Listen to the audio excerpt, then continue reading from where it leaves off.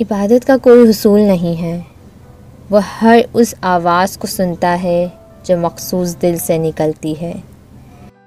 کسی بھی شخص کا دوسرا چہرہ تلاش کرنے کی کوشش نہ کرو، تمہارے لیے یہی کافی ہے کہ اس نے تمہارا احترام کیا اور اپنا بہتر چہرہ تمہارے سامنے پیش کیا۔ خدا تمہیں پہچان لیتا ہے، چاہے تم کوئی بھی پردہ اوڑھ لو۔ جو تم نہیں کہتے وہ اسے بھی سنتا ہے۔